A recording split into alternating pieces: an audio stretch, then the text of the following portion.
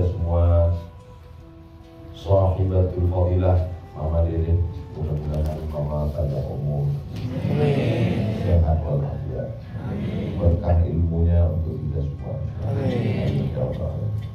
Yang sama-sama kita hormati dan insya Allah dimuliakan Allah Subhanahu Wa Taala, Fadilatul Ustaz Kiai Haji Subki Al-Buguri, Hafizullah wa Sallallahu Nafa'allah bi'adziri wa alihi wa bi husni adabihi wa lutfihi. Para asatiz, Ustaz Ilham Taqwa, Ustaz Aslam, dan para asatiz yang tak dapat saya sebutkan satu-satu, Bapak-bapak, Ustaz Zainul Rafiq, Bapak-bapak, Ibu-ibu, tamu Allah, insya Allah semuanya dimuliakan Allah. Amin. Ya Allah. Saya sebagai Ustaz, kalau ceramah tausiah tentang mati, jemaah sekalian, ingatlah mati. Itu yang mati itu bukan saya, jemaahnya.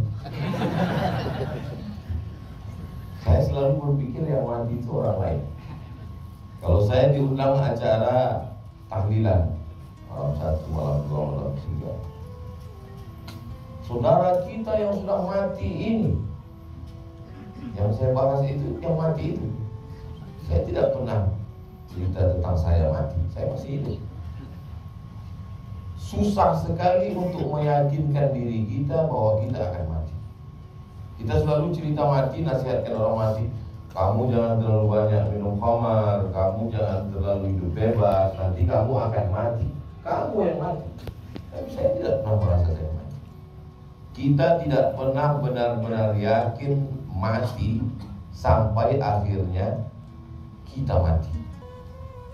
Bahkan ketika kita sudah mati pun kita belum juga yakin mati.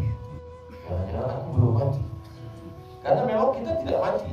Waktu roh keluar dari jasad itu kita hidup. Hanya saja roh kita sudah melihatkan jasad dan kita melihat jasad kita, barulah kita yakin sebenarnya bahwa kita mati. Jadi bagaimana cara Allah meyakinkan bahwa Abdul Somad itu mati? Disuruh sholat. Sholat itu ingat mati. Inna sholati. Dulu sholat itu ingat mati. Sekarang orang sholat tidak ingat mati, ingat nusuk. Inna sholati wa nusuki. Kabarnya tahun depan itu tidak ada lagi pakai nusuk, karena kacaunya nusuk tahun ini. Jadi kalau tahun depan tidak lagi ada nusuk, iftitah itu sudah kacau juga. Inna sholati wa mahyaya wa mamati. Tidak ada lagi nusuk. Inna sholati wa nusuki wa mahyaya wa mamati. Hanya Allah SWT yang tahu bagaimana supaya Abdul Somad ini merasakan mati. Bagaimana caranya? Inilah ibadah yang sedang kita laksanakan ini. Ibadah kita ini adalah ibadah merasakan mati. Orang mati itu pertama mandi.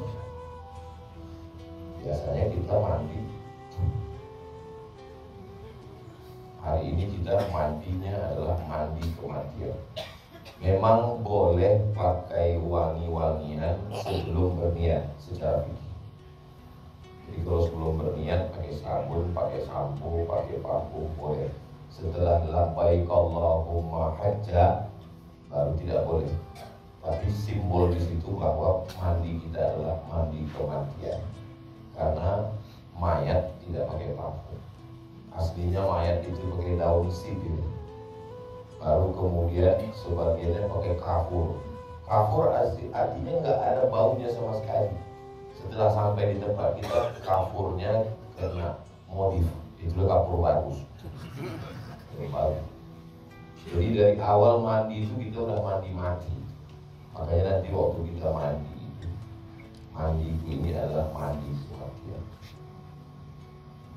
Kita hidup ini al-mayyit baina ghasilihi, seperti mayat yang dimandikan oleh orang yang memandikannya. Begitulah kita menerima takdir Allah. Bagaimana mayat dimandikan? Itulah makna ridho. Apa ridho itu? Ridho diartikan sebagai raditu billahi rabba, ridho diartikan sebagai rela, ridho diartikan sebagai kepasrahan. Susah untuk membahasakan ridho. Yang paling mudah ridho itu adalah mayat yang dimandikan. Bagaimana mayat dimandikan? Belum pernah mayat ngelawan mau dimandikan. Itulah ridho. Hidungnya dibersihkan pakai kain putih, telinganya dikorek, tangannya dibengkokkan ke kanan, tidak melawan. Gitu. Makanya nanti sejak mandi jangan melawan. Ini ceramah saya ini menguntungkan bagi direktur travel. Nah, kalau ada jemaah ingat ceramah Ustaz jangan melawan. Mayat nggak boleh melawan. Setelah kita mandi bersih, kita memakai pakaian kematian. Pakaian mayat. Yang kaya-kaya, pejabat-pejabat bisa bayar hotel paling mahal, bisa bayar kasur 1 miliar, bisa. Tapi ada satu yang dia tidak bisa. Dia tidak bisa pakai jas hari ini. Sekaya-kayanya, setinggi-tingginya jabatan presiden, menteri, nggak bisa. Apalagi kalau cuma camat. Mohon maaf kalau kebetulan. Hari ini pakaian kita adalah pakaian kematian. Tidak ada beda antara di tomat dan jual tomat dan ustaz tomat.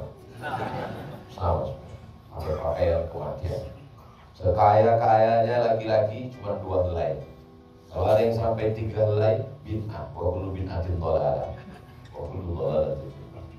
Sekaya-kayanya perempuan, pakaiannya tetaplah mungkin terbuat dari kain yang mahal, tapi tetaplah itu pakaian kematian. Makanya nanti dari mulai mandinya, ini ibadah haji ini kalau tidak ada perenungan di dalamnya, ini seperti main-main aja.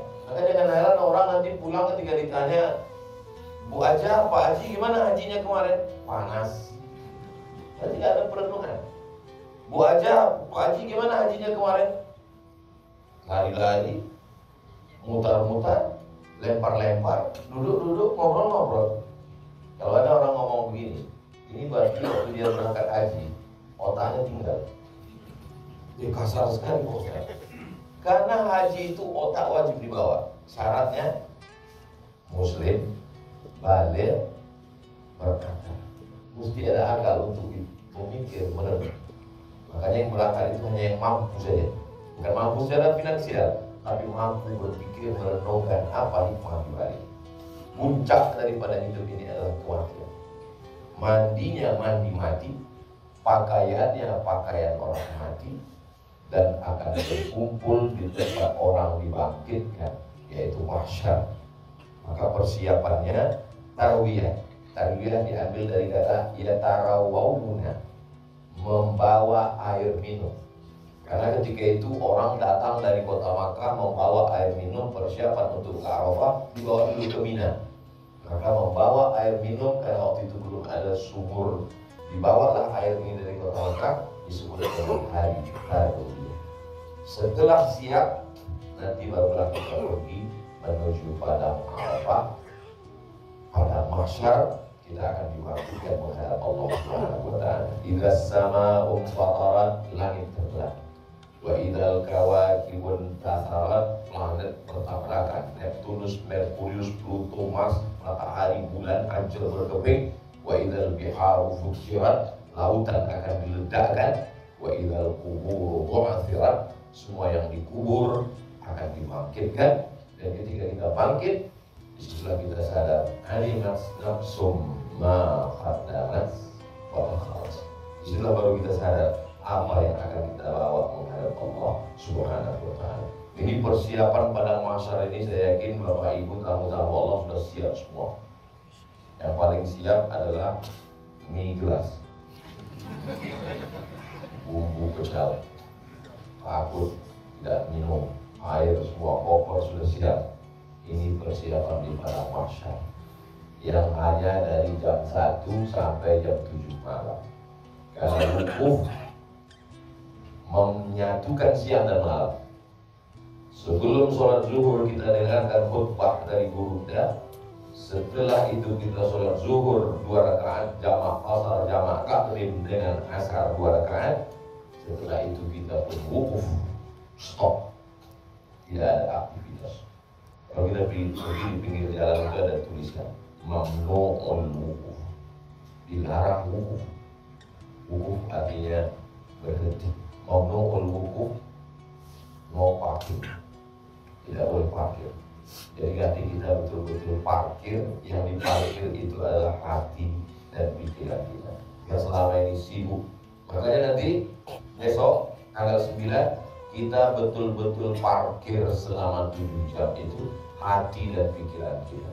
Yang kita tunggu selama 10 tahun, 5 tahun, 7 tahun, 3 tahun, 2 tahun ini hanya 7 jam, itulah yang kita nanti-nantikan. Jamaah haji yang meninggalkan keluarga reguler 40 hari, hanya 7 jam itulah puncak ibadahnya, Al-Hajju Arafah. Maka jangan sia-siakan yang 7 jam itu. Jangan sampai hanya karena handphone ini sudah mengganggu kita hampir 7 tahun sudah. Masa 7 tahun kalau dihitung main handphonenya aja, scrollnya aja 7 tahun. Jangan dia mengganggu kita juga lagi di pada Allah. Masa gak boleh foto Pak Ustaz? Oke, ambil foto agak 2, 3, 10. Ambil video pendek untuk syiar kenang-kenangan. Tapi setelah itu matikanlah dia. Fokuslah kita memang betul-betul mati. Jangan sampai kita mandinya sudah mati, pakaiannya pakaian mati, dan kita mati bangkit di pada masa, tapi handphone masih tetap hidup. Nah, ini memang betul-betul mati. Memang betul-betul ini adalah duduknya orang yang mati menghadap Allah Subhanahu wa Ta'ala. Saya ngomong begini ini bukan, saya tidak menceramah, saya sedang mengingatkan diri saya. Sehingga nanti kalau handphone saya hidup, Ustaz aku akan ceramah kamu.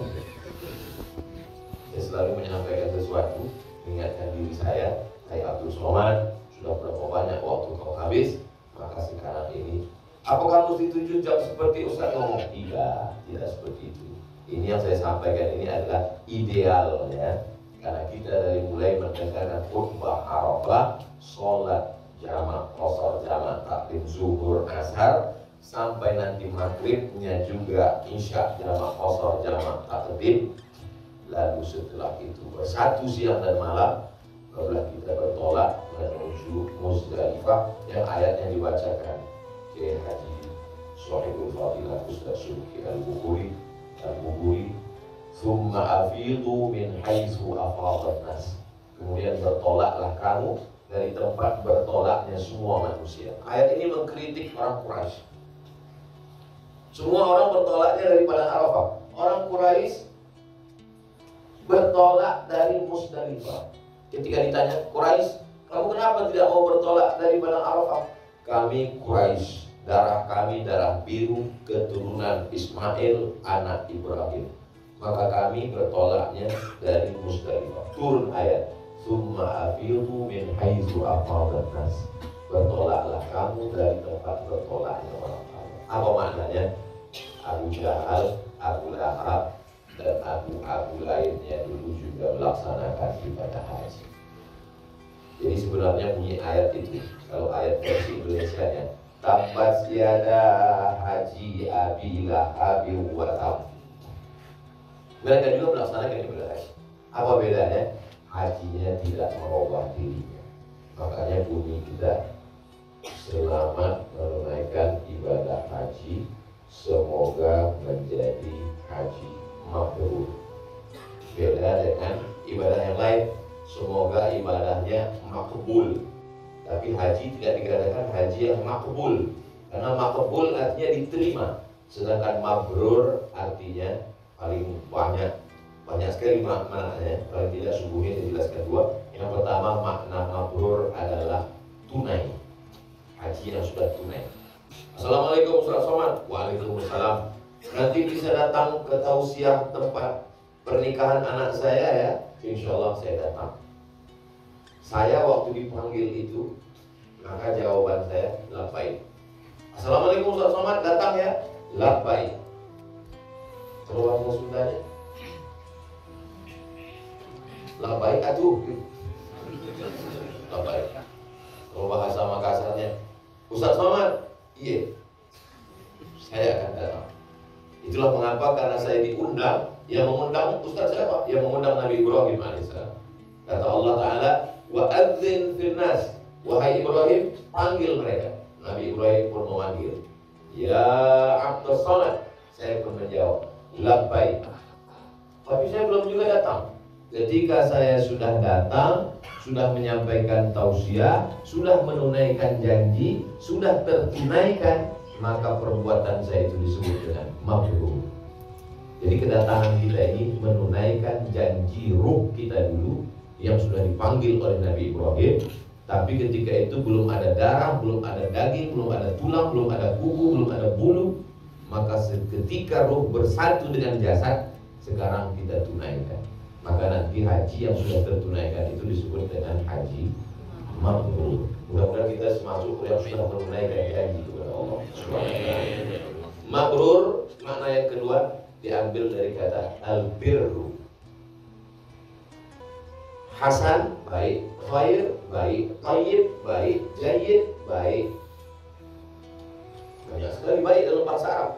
Tapi yang paling baik untuk orang tua tidak dikatakan hasanul walidain, tidak dikatakan thayyibul walidain, tidak dikatakan jayyidul walidain, tidak dikatakan khairul walidain, tapi dikatakan birrul walidain. Birru puncak dari kebaikan. Kalau kita mau buat baik kepada orang tua, bukan hasan, bukan thayyib, bukan jayyid, bukan khair, tapi birrul walidain. Maka puncak kebaikan haji orang yang sudah diterima hajinya itu adalah mabrur. Mabrur haji yang terbaik, yang sudah tertunaikan dan terbaik di antara semua yang baik-baik. Mudah-mudahan kita mendapatkan keduanya insyaallah. Haji mabrur tidak bisa dilihat dengan fisik. Banyak sekali orang menilai fisik. Ustaz, apa tanda-tanda orang haji mabrur?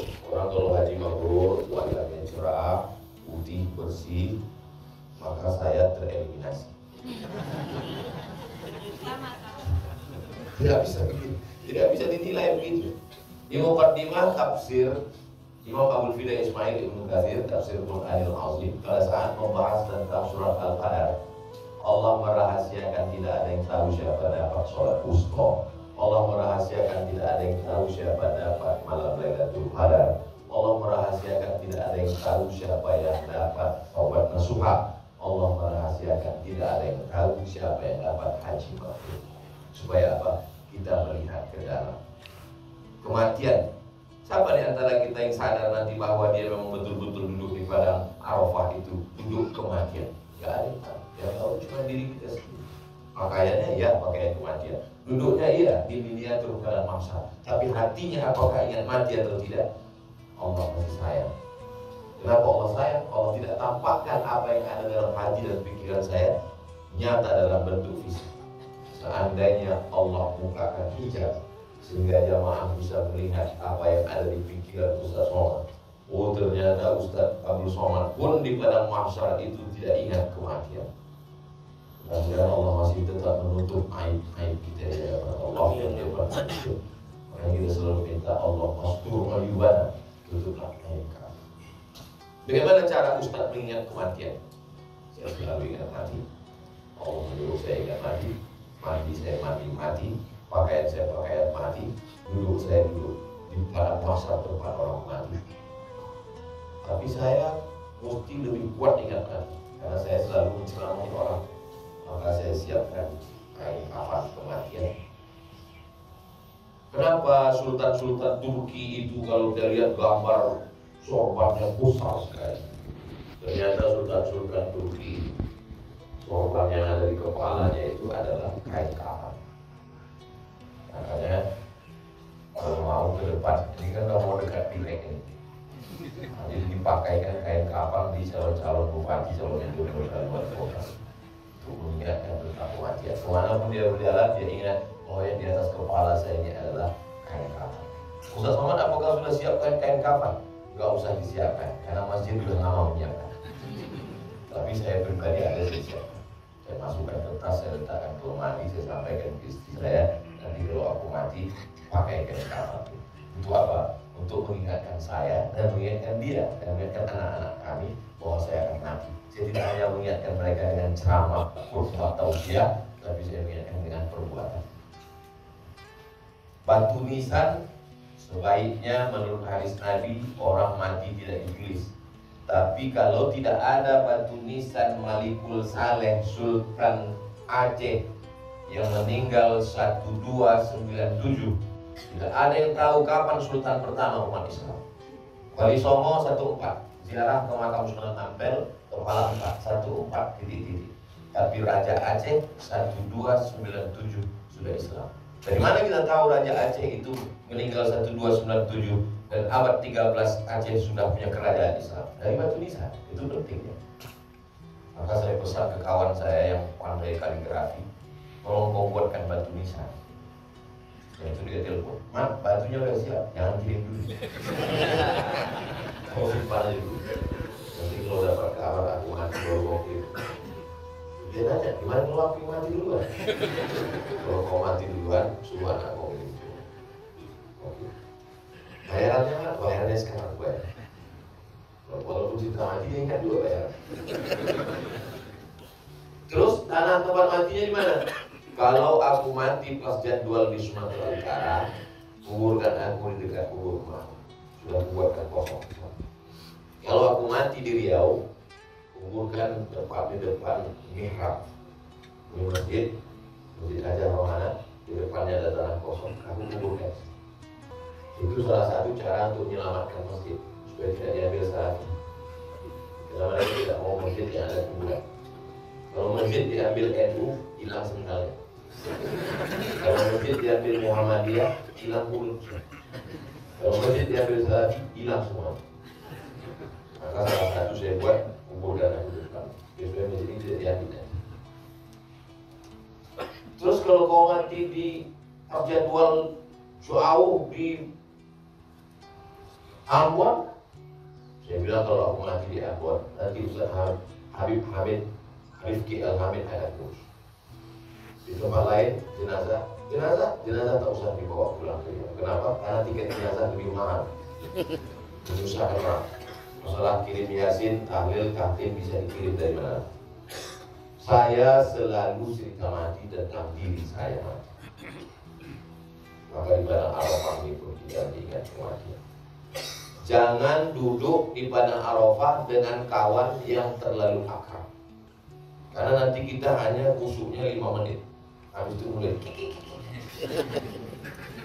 usaha yang agak-agak tidak terlalu akrab.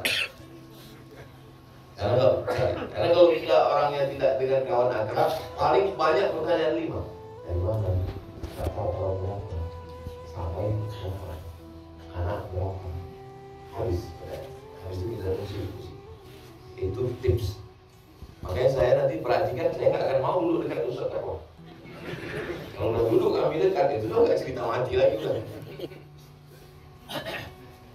Terus masa kita selama duduk di padang Arafah itu cuma ingat mati, pakaian mati di padang mahsyar sudah. Ayat yang dibacakan Ustaz Suki tadi, fa idza qadaytum manasikakum, kalau sudah kamu melaksanakan manasik, fadhkurullaha, ingatlah Allah. Seperti bapak-bapak kamu dulu, au asyadda dzikra, atau lebih kuat lagi zikirnya. Maka zikir. Kata guru saya, Syekh Umar Al-Ma'ruf tadi, Abdul Somad, kau zikirmu kalau kau bingung banyak sekali zikir. Dengar zikir dari Ustaz ini, subhanallah wa bihamdihi, subhanallahil azim. Dengar dari Ustaz ini, subhanallah wa bihamdihi, subhanallah walhamdulillah wa la ilaha illallah wallahu akbar. Dengar dari Ustaz ini, afdhalul dzikri, alam annahu la ilallah. Dengar dari Habib ini, banyak-banyak selawat. Orangnya suka ngaji, banyak sekali zikir ini Pak Ustaz. Terus di antara zikir yang banyak itu mana yang kau amalkan? Satu pun belum. Abdul Somad, kalau kau bingung zikir mana yang mau kau amalkan, kau pilih aja 3, kata Syekh Umar Al-Ma'ruf. Yang pertama, istighfar. Ibarat mau minum, cawannya kotor, bersihkan dulu. Setelah dibersihkan, pembersihnya itu adalah istighfar. Astagfirullahaladzim, la ilaha illa huwal hayyul qayyum wa atubu ilaih. Usahakan bawa tasbih.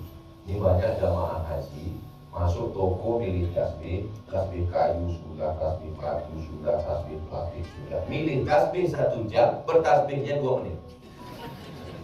Lebih lama milih tasbih. Pulang haji bawa tasbih 100 untuk kawan, tetangga, keluarga, habis tinggal 1, itu pun untuk mobil. Judulnya ketika mobil bertasbih.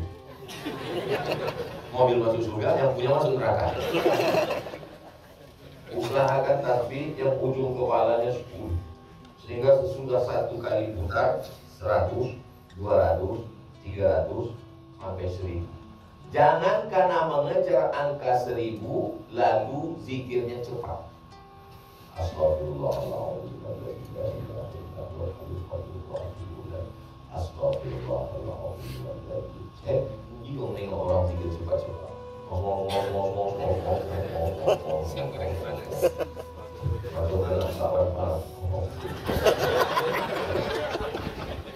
Ingat tadi, subuh tadi.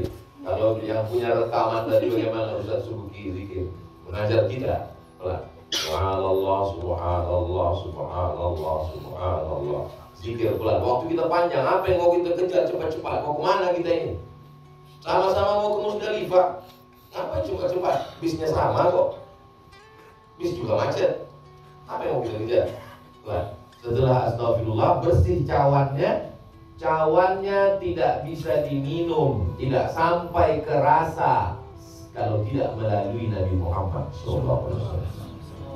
Siapapun di dunia ini sehebat-hebatnya tidak akan sampai kepada Allah kalau tidak melalui Nabi Muhammad SAW. Maka setelah bersih, salawat. Kata Syekh Ali Jum'ah, salawat yang paling bagus salawat Ibrahimiyah. Allahumma shalli ala sayyidina Muhammad wa ala ali sayyidina Muhammad kama shallaita ala sayyidina Ibrahim wa ala ali sayyidina Ibrahim. Allahumma barik ala sayyidina Muhammad wa ala ali sayyidina Muhammad kama barakta ala sayyidina Ibrahim wa ala ali sayyidina Ibrahim fil alamin innaka Hamidum Majid. Kalau selawat yang lain Pak Ustaz silakan. Saya selalu mengamalkan selawat nariyah atau selawat taziyah Imam At-Tazi dari Maroko, bagus.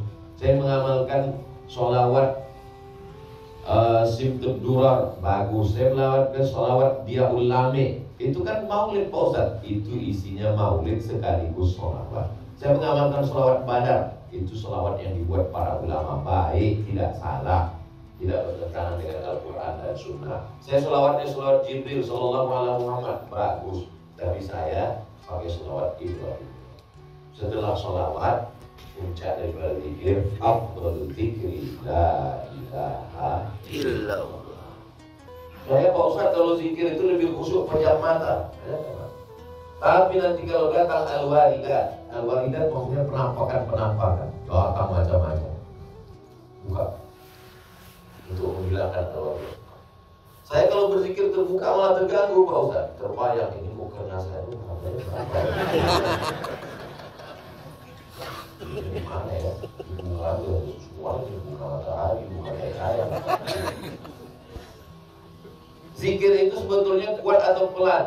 Wadhkur rabbaka fi nafsika. Sebutlah Tuhanmu dalam diri.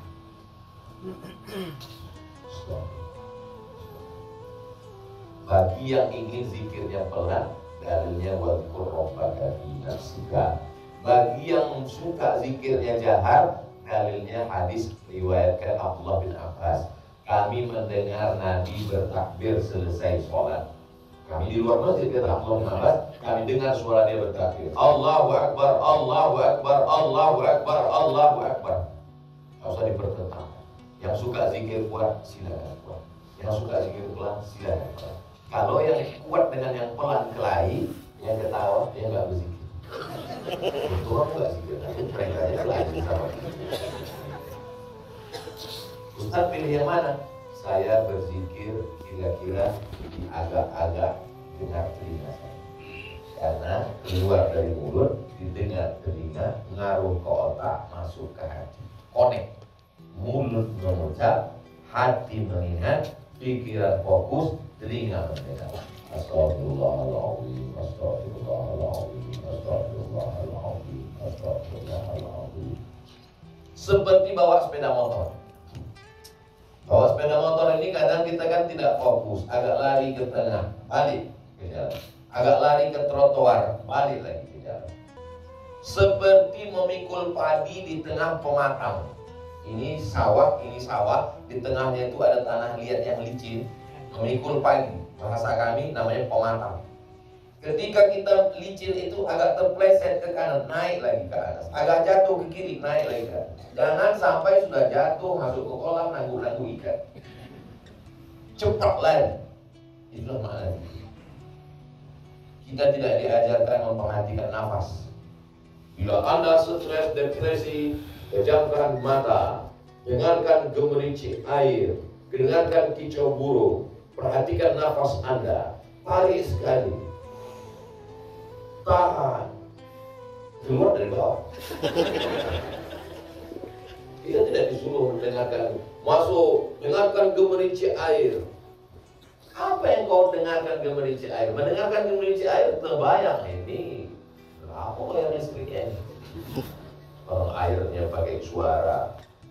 Dengarkan kicau burung, terbayang sarang walet. Suara kaset walet kok. Hirup aroma terapi, kita tidak diajarkan. Cukup dengan pikir. Kosongkan semua. Mana bisa kosong? Kalau kita disuruh kosong. Kalau mati dalam keadaan kosong, mati subul Fatimah. Tidak ada jalan lain kecuali zikir.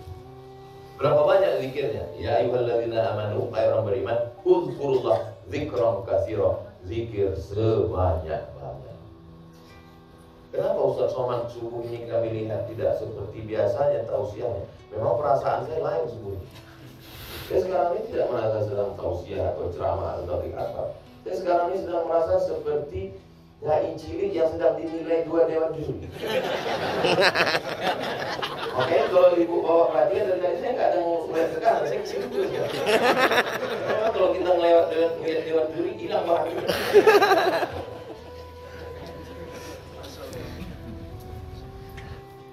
Pejamkan mata di padang Arafah. Saya Pak Ustaz nggak ada minta apa-apa sama Allah, malu saya minta sama Allah. Nggak sesuai antara nikmat yang sudah diberikan Allah dengan ibadah yang saya bawa. Abu ulaka bi ni'matika alayya wa abu bi dzambi. Aku datang kepadamu membawa nikmat yang besar, sementara yang kupersembahkan kepadamu hanya dosa-dosa. Sholatku belum khusyuk, ibadahku belum ada apa-apa, sehingga saya malu minta sama Allah Pak Ustaz. Man syaghalahu dzikri an mas'alati. Siapa yang sibuk berzikir sampai lupa berdoa, sibuk berzikir sampai lupa berdoa, a'taituhu afdala ma u'tis sa'ilin, maka aku berikan dia lebih afdal, lebih baik, lebih hebat, lebih dahsyat daripada yang diminta orang-orang yang berdoa. Saya belum sampai ke makam itu Pak Ustaz, saya tetap minta lah. Tapi saya nggak bisa bahasa Arab Pak Ustaz. Loh, siapa bilang doa mesti bahasa Arab? Yang penting muqaddimah yang 4 itu aja bahasa Arab. A'udzubillahi minasyaitonirrajim. Bismillahirrahmanirrahim. Alhamdulillahirabbil alamin wassalatu wassalamu ala asyrofil anbiya'i wal mursalin. A'udzubillah, bismillah, alhamdulillah, shalawat. Setelah itu pakai doa bahasa kita masing-masing. Saya menyusun merangkai katanya nggak bisa Pak Ustaz. Ya nggak usah merangkai kata. Ya Allah, aku mau berangkat jangan sampai ban pecah, jangan sampai mogok, jangan sampai macet, jangan sampai tangkap polisi, jangan sampai kena hilang. Minta. Allah Maha Tahu. Berdoa jangan terlalu khusus, detail jangan terlalu umum. Ini ada orang doa yang terlalu detail. Ya Allah, ini mau jual tanah 25 kali 30. Ini harga masih nego. Berdoanya pula terlalu umum. Ini cuma banyak orang doa terlalu umum. Ya Allah, sebenarnya banyak yang mau mintakan kepadamu, tapi rasanya tak perlu kusebutkan satu persatu, karena aku yakin kau tahu yang dimana.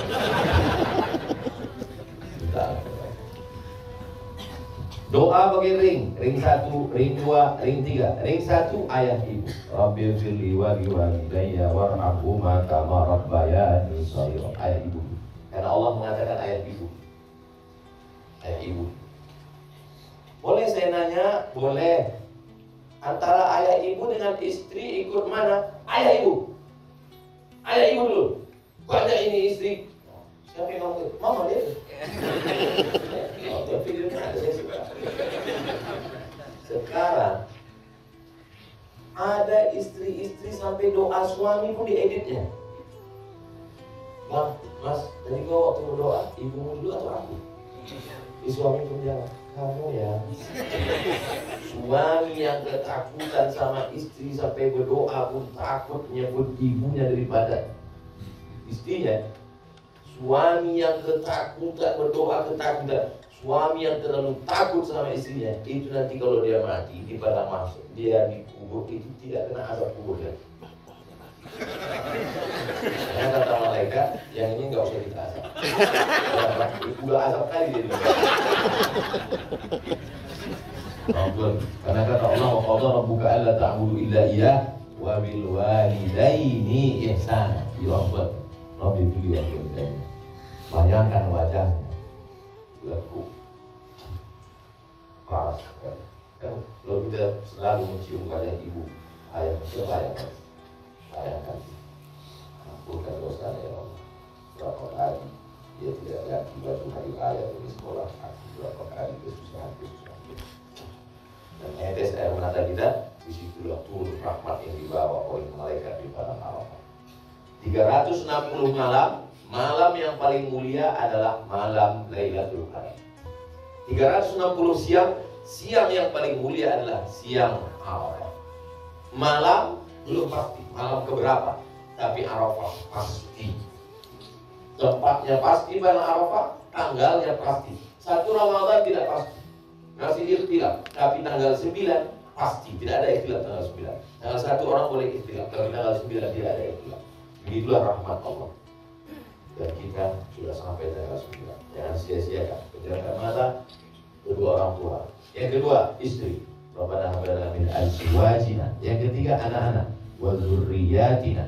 Setelah itu kawan sahabatku. Kalau semua sudah didoakan nanti di padang mahsyar, bingung siapa lagi yang belum? Ada satu, Ustaz Somad. Masya Allah. Ustaz Suki tentu sudah didoakan. Mama Dede sudah lumayan Ustaz Somad. Ustaz Somad request cuma doa minta satu supaya mati husnul. Amin. Ada guna amal banyak. Ustaz Somad kan Ustaz ceramah di mana-mana, tabligh akbar. Masa Ustaz masih minta doa sama kami?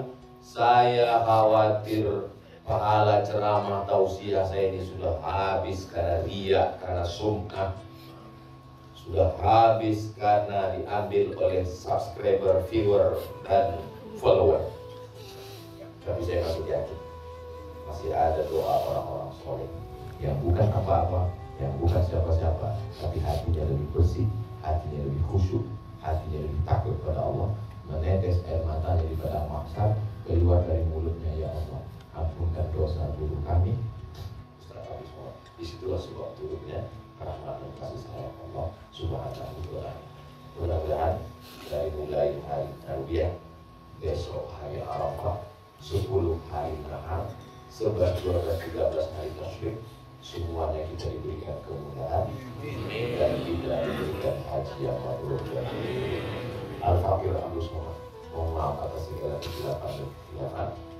Banyak kata-kata saya ini merasa tidak berkenan di hati, baik dalam tausiah kultum subuh ini maupun tausiah sebelumnya. Saya mohon maaf. Mohon Bapak Ibu memaafkan silap salah saya. Alhamdulillah. Terima kasih atas segala perhatian. Mohon maaf atas segala kesilapan dan kesilapan. Saya tutup dengan pantun penutup. Menatap pun hidup Islasi. Thank you dan terima kasih. Assalamualaikum warahmatullahi wabarakatuh. Waalaikumsalam warahmatullahi wabarakatuh. Ya memang sih. Wa inna minal bayani nasihat. Ya memang kalau penjelasannya tepat itu seperti sihir. Mama Dede kemarin juga cerita ada ibu-ibu yang kemana-mana selalu nyium bau kotoran. Iya. Sini nyium, tapi yang lain enggak. Iya. Dianya aja nggak bisa introspeksi diri, kata mama. Iya. Saya nggak apa mulutnya kedekatan sama hidungnya. Nggak tahu gitu. Yang jelas dia doang yang berasa seperti itu. Gitu kan. Ya dan mama juga kemarin kalau les bahasa Inggris sekian, kelas ini sekian bayar. Kalau kita Ustaz, ini kayak Syekh kita ini dulu, kalau zaman dulu hasil karyanya itu ditimbang dengan emas. Mengingat mahalnya ilmu. Ya, ada orang les untuk ngaji anaknya, bayarnya cuma 1 juta. Sementara UMR aja di beberapa daerah hampir 5 juta. Ya. Dan begitu dengar pelatih anjing dibayar sekali datang 5 juta. Akhirnya guru ngaji jadi pelatih anjing. Kau nggak ngajar Pak, ini aja. Nggak ngajar anjing Pak. Ngajar orang ya. Dan alhamdulillah saya mau konfirmasi sama beliau. Ya, karena ini adalah pertemuan pertama waktu TV One saya